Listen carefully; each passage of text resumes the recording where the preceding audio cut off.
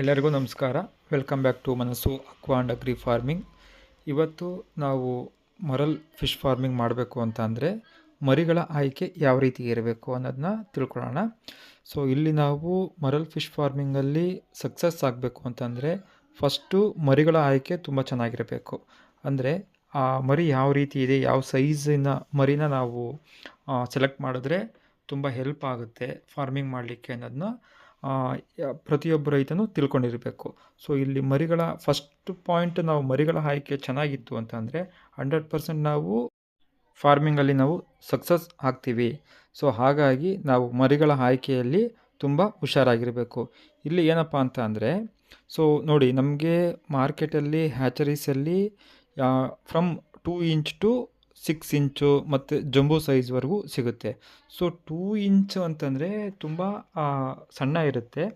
So ಅಲ್ಲೇನಾಗುತ್ತೆ ಅಂತಂದರೆ 2 inch ಮರಿ ನಾವು ತುಂಬ ತೊಗೊಂಡೋಗಿ ದೊಡ್ಡ ಪಾಂಡ್, ಫಾರ್ ಎಕ್ಸಾಂಪಲ್ ನಮ್ಮದು ಫಿಶ್ ಪಾಂಡು 100x100 ಇಲ್ಲ 100x150 ಆ ಥರ ಇರೋ ಒಂದು ದೊಡ್ಡ ಪಾಂಡಿಗೆ ಹಾಕ್ದಾಗ ಅದಕ್ಕೆ ಪ್ರಾಪರ್ ಫೀಡಿಂಗ್ ನಾವು ಕೊಡಲಿಕ್ಕಾಗಲ್ಲ. ಸೊ ಹಾಗಾಗಿ ಅದರದ್ದು ಕಲ್ಚರ್ ಟೈಮು ಸಮೇತ, ಸೊ 2 ಇಂಚ್ ಅಂದರೆ ತುಂಬ ಅದು ಬೇಬಿ ಮರಿಯಾಗಿರುತ್ತೆ. ಸೊ ಅದ್ರ ಕಲ್ಚರ್ ಟೈಮ್ ಸಮೇತ ಆಲ್ಮೋಸ್ಟ್ 12 ಮಂತ್ಸ್ವರೆಗೂ ತೊಗೊಳುತ್ತೆ. So next size is 3 inch. So 3 inch ಅಂದರೆ ಇಟ್ ಈಸ್ ಆಲ್ಮೋಸ್ಟ್ ಫಿಂಗರ್ಲಿಂಗ್ಸು. ಇಲ್ಲೇನಾಗುತ್ತೆ ಅಂತಂದರೆ ಸ್ವಲ್ಪ, ಅಂದರೆ 2 ಇಂಚಿಂದ ಸ್ವಲ್ಪ ಸೈಜ್ ದೊಡ್ಡದಿರುತ್ತೆ.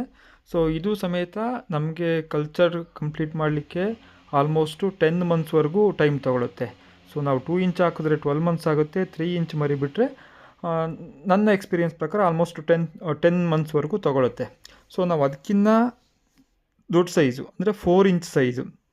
ಸೊ 4 ಇಂಚ್ ಸೈಜ್ ತೊಗೊಂಡ್ರೆ ನಾನು ಯಾವುದೇ ಒಬ್ಬ ರೈತರಿಗಾಗಲಿ 4 ಇಂಚ್ ಆ್ಯಂಡ್ ಎಬೋನ ಸಜೆಸ್ಟ್ ಮಾಡ್ತೀನಿ.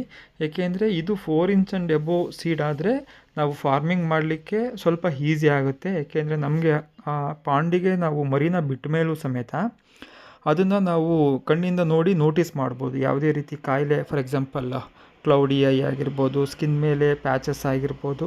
ಸೊ ಎನಿ ಡಿಸೀಸಸ್ ಬಂದ್ರೂ ಅದಕ್ಕೆ ಆಲ್ರೆಡಿ ರೆಸಿಸ್ಟೆನ್ಸ್ ಪವರ್ ಇರೋದ್ರಿಂದ ಅದು ಡಿಸೀಸಸ್ನ ತಡ್ಕೊಳ್ಳುತ್ತೆ. ಮತ್ತು ನಾವು ಮೆಡಿಕೇಷನ್ ಸ್ಟಾರ್ಟ್ ಮಾಡೋದು ಸಮೇತ ಅದು ಅಕ್ಸೆಪ್ಟ್ ಆಗುತ್ತೆ ಮೆಡಿಕೇಷನ್ಸು. ಅದು ಸರ್ವೈವಲಿಟಿ ತುಂಬ ಚೆನ್ನಾಗಿರುತ್ತೆ. ಸೊ 2 ಇಂಚು 3 ಇಂಚಲ್ಲಾದರೆ ಅದು ನಮ್ಮ ವಾತಾವರಣಕ್ಕೆ, ನಮ್ಮ ನೀರಿಗೆ ಹೊಂದ್ಕೊಂಡಿಲ್ಲ ಅಂತ ಅಂದರೆ ಆಲ್ಮೋಸ್ಟು ಮಾರ್ಟಾಲಿಟಿ ಜಾಸ್ತಿ ಆಗುತ್ತೆ, ನಾವು ಕಂಟ್ರೋಲ್ ಮಾಡಲಿಕ್ಕಾಗಲ್ಲ. ಸೊ ಇದು 4 ಇಂಚ್ ಆದರೆ ಆಲ್ಮೋಸ್ಟ್ ಅಡ್ಜಸ್ಟ್ ಆಗುತ್ತೆ. ಸೊ ಈವನ್ ನಾವು 4 ಇಂಚ್ ತೊಗೊಂಡ್ರೂ ಸಮೇತ ಕಲ್ಚರ್ ಟೈಮು 8 ಮಂತ್ಸ್ವರೆಗೂ ತೊಗೊಳುತ್ತೆ. ಸೊ ಅಂದರೆ ನಾವು ಬಿಟ್ಟ 8ನೇ ತಿಂಗಳಿಗೆ ಇದನ್ನ ಹಾರ್ವೆಸ್ಟಿಗೆ ರೆಡಿ ಆಗುತ್ತೆ. ಸೊ ನಾವು ಅದಕ್ಕಿಂತ ಒಂದು ಸ್ವಲ್ಪ, ಸೊ ಇದು 4 ಇಂಚು ಒನ್ ಆರ್ 2 ಬ್ಯಾಚ್ ಎಕ್ಸ್ಪೀರಿಯನ್ಸ್ ಇರೋರು ಮಾಡಿದ್ರೆ ಓಕೆ. ಇಫ್ ಯು ಟೇಕ್ ಅಂದರೆ ನೀವು 5 ಇಂಚಿನ ಮರಿ ತೊಗೊಂಡ್ರಿ ಅಂತಂದರೆ 5 ಇಂಚಿನ ಮರಿ ಆಲ್ಮೋಸ್ಟು ಸ್ವಲ್ಪ ದೊಡ್ಡದಾಗೇ ಇರುತ್ತೆ, ತುಂಬ ರೆಸಿಸ್ಟೆನ್ಸ್ ಪವರ್ ಇರುತ್ತೆ, ಮತ್ತು ನಮ್ಮ ಪಾಂಡಿಗೆ ಈಸಿಯಾಗಿ ಬೇಗ ಅಡ್ಜಸ್ಟ್ ಆಗುತ್ತೆ. ಈವನ್ ಕಲ್ಚರು ಸಮೇತ ನೀವು ವಿತಿನ್ 7 ಮಂತ್ಸಲ್ಲಿ ಕಲ್ಚರ್ ಮಾಡ್ಬೋದು. ನಾನು ಇಲ್ಲಿವರೆಗೂ 3-4 ಬ್ಯಾಚ್ ಏನು ಫಿಶ್ ಫಾರ್ಮಿಂಗ್ ಕಂಪ್ಲೀಟ್ ಮಾಡಿದ್ದೀನೋ ನಾನು ತೊಗೊಂಡಿರೋದು ಆಲ್ಮೋಸ್ಟು 5 ಇಂಚ್ ಸೀಡೇ ತೊಗೊಂಡಿದ್ದೀನಿ. ಎಕ್ಸಾಕ್ಟಾಗಿ 7 ಮಂತ್ಸಿಗೆ proper feeding, proper medications, proper water change ಮಾಡಿದ್ರೆ ನೀವು 100% ಐ ಕ್ಯಾನ್ ಅಶ್ಯೂರ್ ದಟ್ ನೀವು 7 ಮಂತ್ಸಿಗೆ ಕಲ್ಚರ್ ಕಂಪ್ಲೀಟ್ ಮಾಡ್ಬೋದು. ನಾನು ಇಲ್ಲಿವರೆಗೂ ಮಾಡಿರೋದು 7 ಮಂತ್ಸ್ಗೆ ಕಲ್ಚರ್ನ ಕಂಪ್ಲೀಟ್ ಮಾಡಿದ್ದೀನಿ.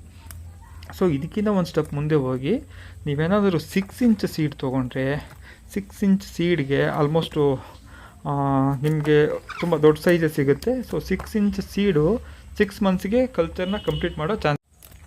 ನೀವೇನಾದರೂ ಲೈಕ್ 6 ಇಂಚ್ ಸೈಜಿಗಿನ್ನೂ ಇನ್ನೂ ಸ್ವಲ್ಪ ದೊಡ್ಡ ಸೈಜ್ ಹಾಕ್ತೀನಿ ಅಂತಂದರೆ ಅದು ಆ್ಯಕ್ಚುಲಿ ಗುಡ್ಡು. ಸೊ ನಾವು ಇವನ್ 5 ಮಂತ್ಸಿಗೆ ಕಲ್ಚರ್ನ ಕಂಪ್ಲೀಟ್ ಮಾಡೋ ಚಾನ್ಸಸ್ ಇರುತ್ತೆ. ಅಂದರೆ ಲೈಕ್ 6+ ಅಂದರೆ 6 ಇಂಚ್ ಪ್ಲಸ್ ಇರೋದು. ಸೊ ಇದು ಆಲ್ಮೋಸ್ಟ್ ನಿಮಗೆ 1 kgಗೆ ಒಂದು 20 to 25 ಪೀಸ್ ಆ ರೇಂಜಲ್ಲಿ ಬರುತ್ತೆ. ಬಟ್ ಏನಪ್ಪ ಅಂತ ಅಂದರೆ ಮರಿಯ ಬೆಲೆ ಏನಿರುತ್ತೆ, ಅದು ಕಾಸ್ಟ್ ಆಫ್ ದಿ ಸೀಡು ಸ್ವಲ್ಪ ಕಾಸ್ಟ್ಲಿ ಆಗುತ್ತೆ. ಸೊ ಸೀಡ್ ಕಾಸ್ಟೇ ಜಾಸ್ತಿ ಆಗುತ್ತೆ. ಸೊ ನೀವೇನು ಮಾಡಬೇಕು, ಸೆಲೆಕ್ಟ್ ಮಾಡೋದಕ್ಕಿಂತ ಮುಂಚೆ ಯೋಚನೆ ಮಾಡಬೇಕಾಗತ್ತೆ. ಸೊ ಅಂದರೆ 2 ಇಂಚ್ಗೂ ಮತ್ತು 6+ ಇಂಚು ಜಂಬೂ ಸೀಡ್ಗೂ ತುಂಬ ಡಿಫ್ರೆನ್ಸ್ ಇರುತ್ತೆ ಪ್ರೈಸ್ ವೈಸು.